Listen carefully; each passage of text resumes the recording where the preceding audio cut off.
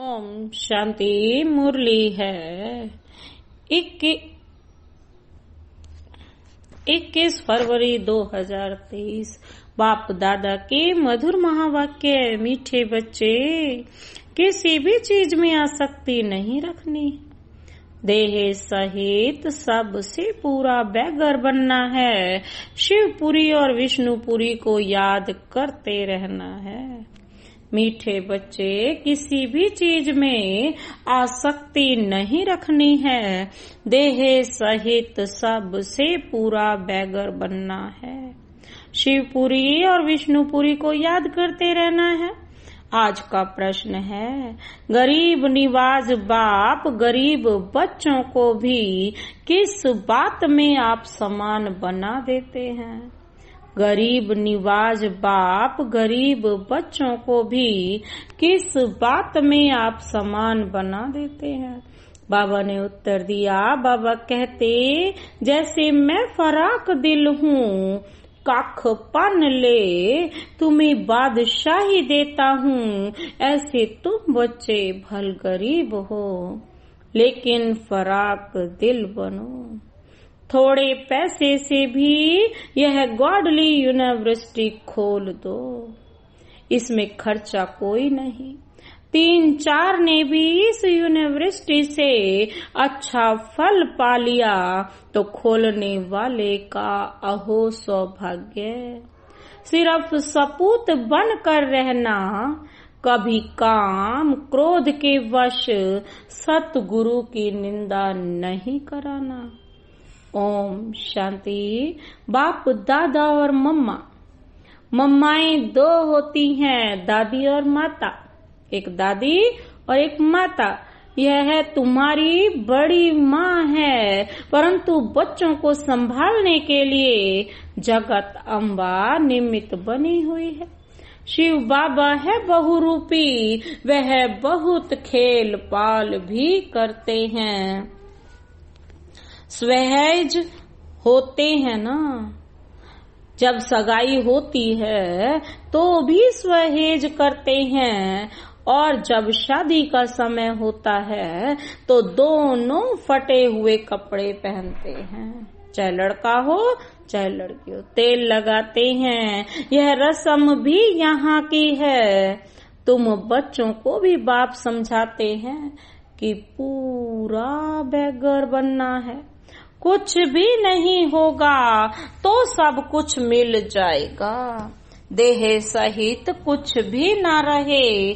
शिवपुरी विष्णुपुरी तरफ ही बुद्धि योग लगाना है और कोई भी चीज में आसक्ति ना हो। पवित्र भी जरूर बनना है। देखो मीरा का कितना गायन है। लोक लाज खोई, सिर्फ इस पवित्रता के कारण कितना नाम निकला है। उनको तो ज्ञान अमृत भी नहीं मिला, सिर्फ श्री कृष्ण से प्रीत थी। कृष्णपुरी में जाने के लिए विष को छोड़ा। जैसे स्त्री पति के पिछाड़ी क्या बन जाती है, सती बनती है ना। अब ऐसे तो नहीं। मीरा याद करते करते कोई कृष्णपुरी में गई। उस समय कृष्णपुरी तो है नहीं। मीरा को 500-700 वर्ष हुए होंगे। भक्तिन बहुत अच्छी थी, इसलिए कोई अच्छे भक्त के घर जन्म लिया होगा। बाबा कहते हैं, उनका नामाचार कितना चलता आता है। वह तो मीरा भक्तिन थी, तुम सभी ज्ञान मीराएं बनती हो। तुम आए हो सूर्यवंशी चंद्रवंशी महारानी बनने के लिए। भल पहले अनपढ़े पढ़े के आगे भरी ढोते हैं, परंतु महारानी तो बनेंगे ना। अगर बचपन को भूल हाथ छोड़ दिया फिर तो कभी नहीं महारानी बनेंगी, और ही प्रजा में भी कम पद पाएंगी। वैकुंठ में तो आएंगे परंतु कम पद। बाबा ने समझाया है, भक्ति करने वालों से पूछना चाहिए कि तुम क्या चाहते हो। कृष्ण की भक्ति क्यों करते हो? जरूर दिल होगी कि इनकी राजधानी में जाएं, परंतु वहां जाएंगे कैसे? बहुत मनुष्य कहते हैं हमको शांति चाहिए, परंतु अशांति तो सारी दुनिया में है ना।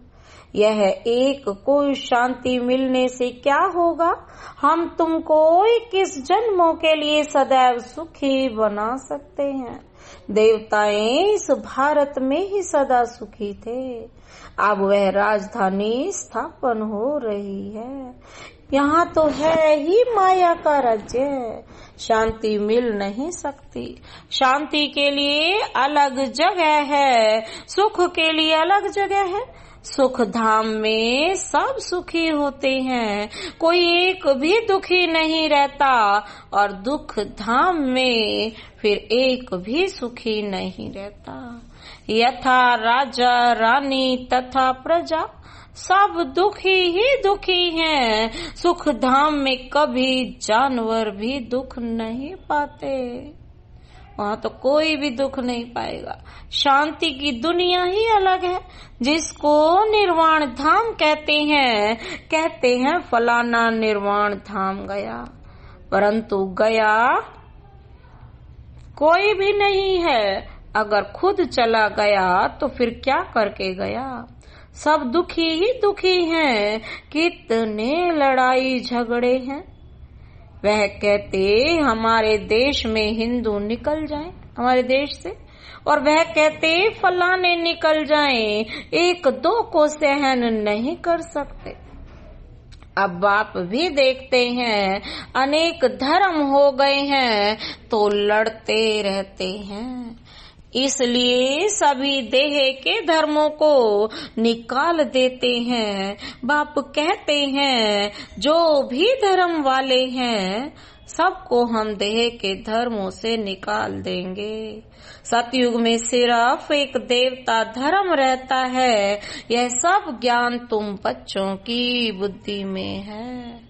हाथ में चित्र उठाए जाकर वानप्रस्थियों को समझाना चाहिए, मंदिरों में जाना चाहिए, उनसे पूछना चाहिए शंकर के आगे शिव दिखाते हैं तो जरूर वह शंकर से बड़ा हुआ ना। अगर शंकर भगवान का रूप है तो फिर उनके सामने शिवलिंग रखने की क्या दरकार है? सन्यासी अपने को ब्रह्म ज्ञानी तत्व ज्ञानी कहलाते हैं, शिव का उनको पता भी नहीं है। तत्व तो रहने का स्थान है, वह फिर ब्रह्म और तत्व को भी एक नहीं मानते।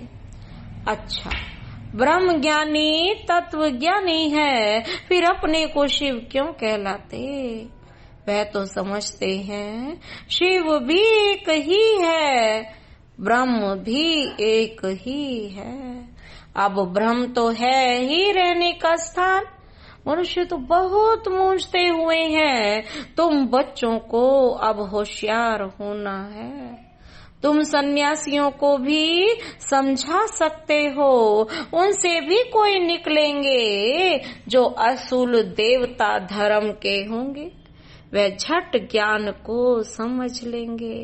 कोई 3-4 जन्मों से कन्वर्ट हुए होंगे तो इतना जल्दी नहीं निकलेंगे, ताजे गए होंगे तो झट निकलेंगे। बाबा से कशिश है ना, बाप है चुंबक, आत्माएं हैं सुइयां। कट वाली सुई ऊपर कैसे जाए? पंख टूटे हुए हैं। कट वाली चीज मिट्टी के तेल में डाली जाती है। बाबा भी इस ज्ञान अमृत से सब की कट निकालते हैं, फिर हम सच्चा सोना बन जाएंगे। तुम अभी पत्थरनाथ से पारसनाथ बनते हो। भारत पारसपुरी था, अब देखो सोने का दाम कितना चढ़ गया है, फिर वहाँ बहुत सस्ता हो जाएगा। तो भारत जो अब पत्थर बुद्धि बना है वह फिर पारसपुरी बनेगा। पत्थर पूरी बनाया ना, वही पारस पूरी बनेगा। हमारी बुद्धि में बाबा कहते हैं यह चक्र फिरता रहता है।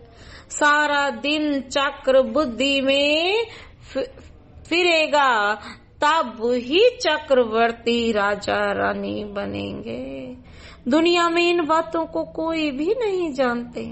तुम जानते हो सतयुग में जो राज्य करते हैं उन्हों के 84 जन्म होते हैं। फिर त्रेता वालों के जरूर कम होंगे। कहाँ 84 जन्म, कहाँ फिर 84 लाख कह देते हैं। फिर तो कल्प भी इतना लंबा होना चाहिए जो इतने जन्म हो। यह है सब गपोड़े। हमेशा पहले तो चित्र सामने दे देना चाहिए। पैसा तो तुम कभी नहीं मांगना, तुम्हारा काम है उनको देना। कुछ भी उनको देना होगा तो आपे ही देंगे। कोई दाम पूछे तो बोलो बाबा तो गरीब निवाज है। गरीबों के लिए फ्री बांटा जाता है। बाकी साहूकार जितना देंगे उतना हम और भी छिपाएंगे। पैसा कोई हम अपने काम में थोड़े ही लगाते हैं। जो मिलता है जनता की सेवा में लगाया जाता है। साहूकार ही तो धर्मशाला आदि बनाएंगे। वहाँ यहाँ गरीब भी सेंटर बना सकते हैं। इसमें खर्चा कुछ भी नहीं है। समझो, कहते हैं कि हम सेंटर खोलूं अथवा यह गॉडली यूनिवर्सिटी खोलूं। ऐसी गॉडली यूनिवर्सिटी से 3-4 ने भी अच्छा फल पा लिया तो अहो सौभाग्य उन खोलने वालों का। बाबा कहते हैं इसमें फराक दिल होना चाहिए। बाबा देखो कितना फराक दिल है। कख पान ले बादशाही दे देते हैं। सपूत बच्चे ही बाबा की सर्विस कर सकते हैं। कपूत क्या करेंगे? कपूत को थोड़े ही बाप वर्षा देंगे। तुमको सतगुरु का शो करना है। काम और क्रोध में आए तो गोया सतगुरु की निंदा कराई, फिर पद पा नहीं सकेंगे। बहुत संभाल करनी चाहिए। बाप कहते हैं विष का वर्षा तो बाप से पति से लेते आए हो। अब यह पारलौकिक बाप पति अमृत का वर्षा तुमको देते हैं। तुम सभी धर्म वालों को रचयिता और रचना की नॉलेज बता सकते हो।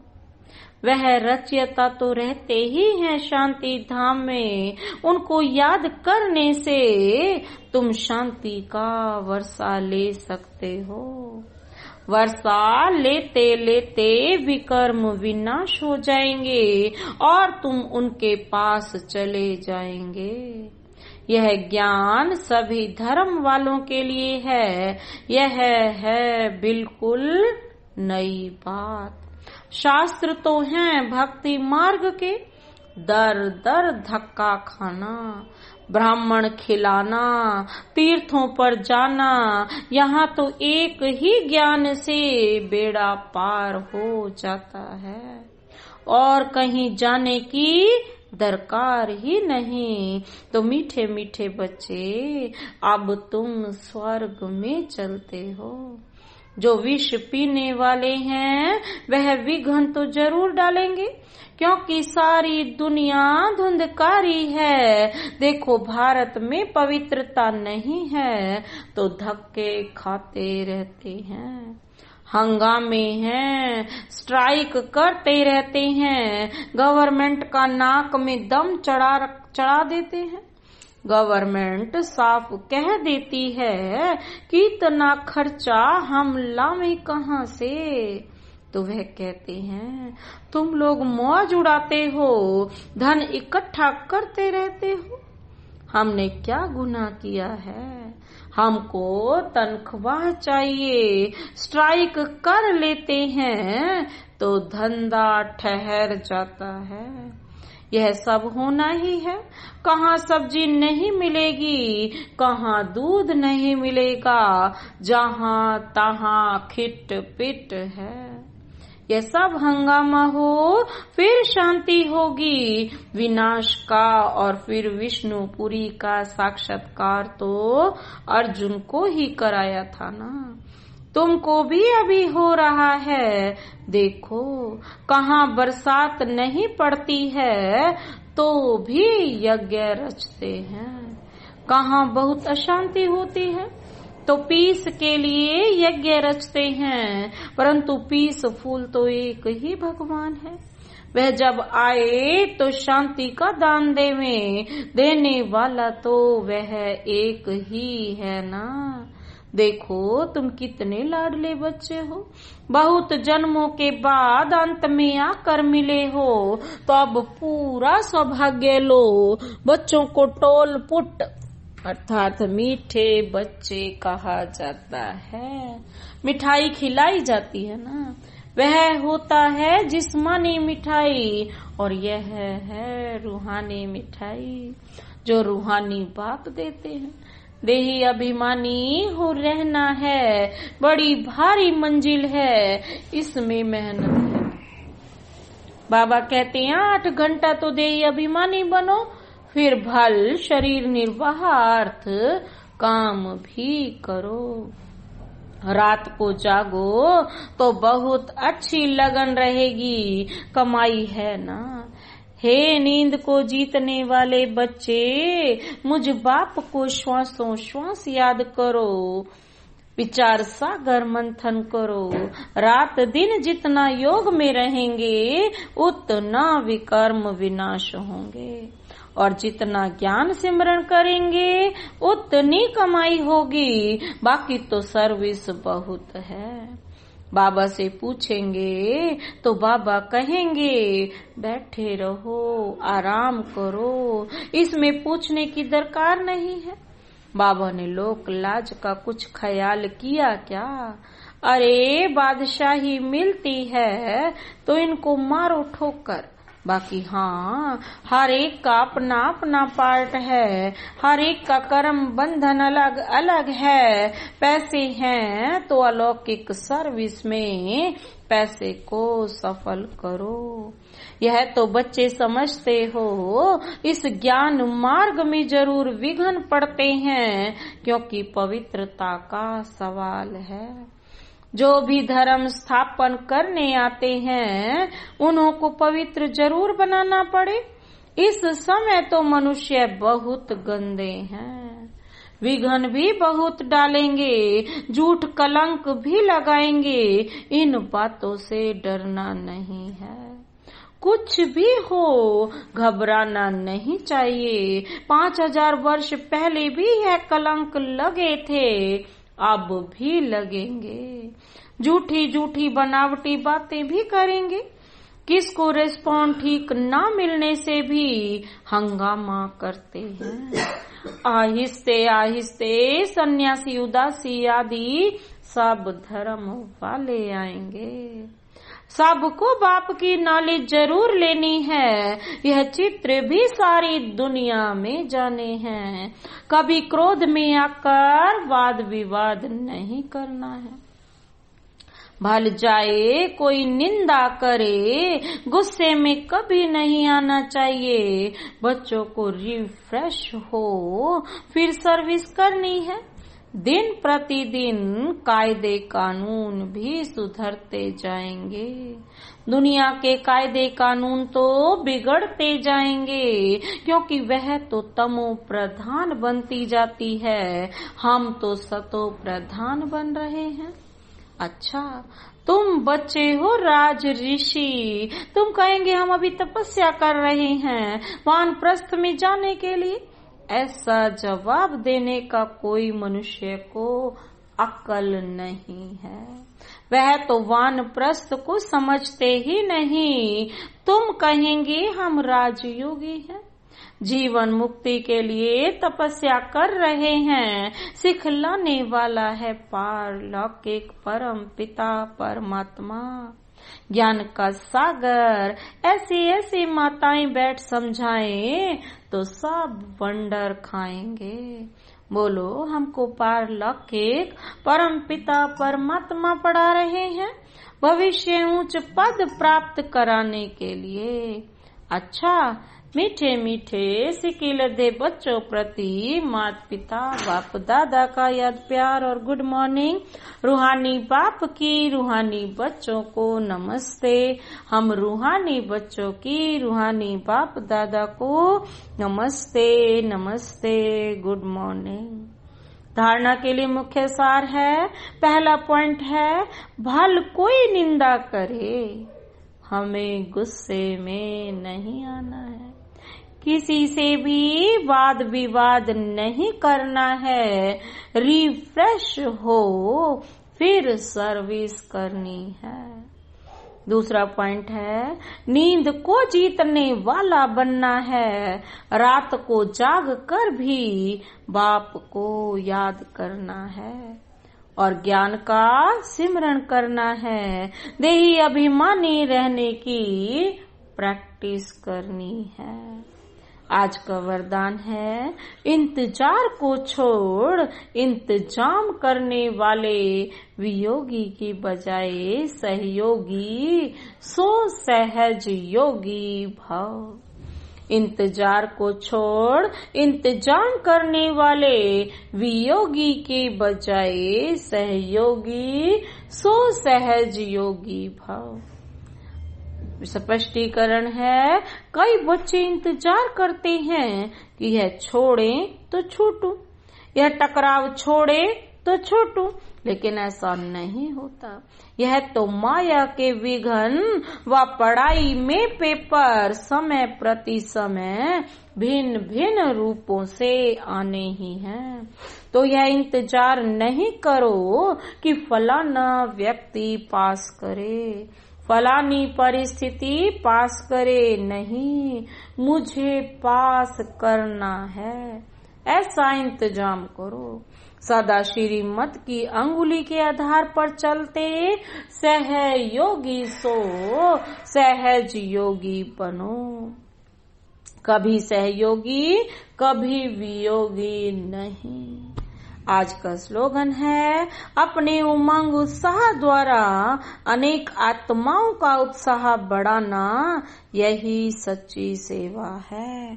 अपने उमंग उत्साह द्वारा अनेक आत्माओं का उत्साह बढ़ाना यही सच्ची सेवा है। अच्छा, ओम शांति।